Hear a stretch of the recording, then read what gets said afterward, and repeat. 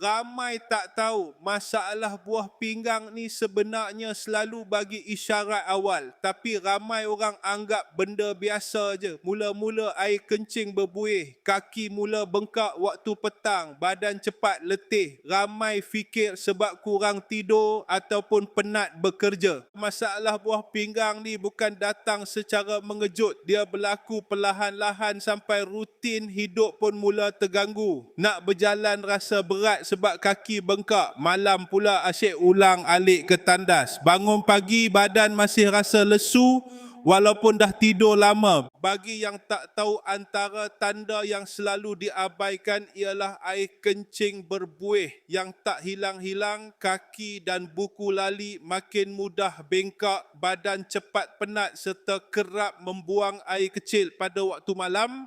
Ramai sangka perkara ni normal sebab faktor umur, sedangkan ia boleh jadi petanda fungsi buah pinggang dah mula terjejas.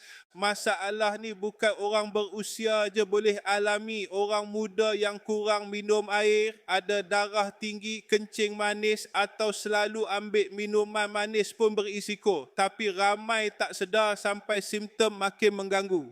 Lagi sedih, ada yang hanya tunggu bengkak makin teruk atau badan makin lemah baru nak mula cari ikhtiar.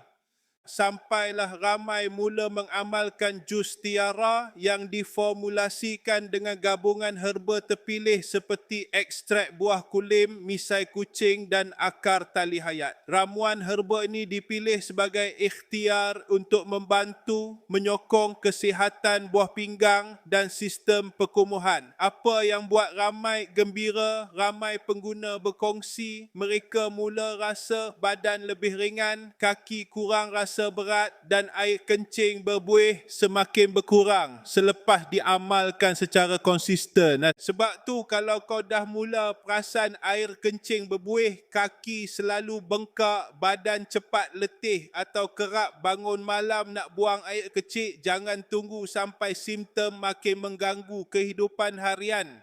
Tekan je link bawah sekarang untuk jadikan jus tiara sebagai salah satu ikhtiar menjaga kesihatan buah pinggang.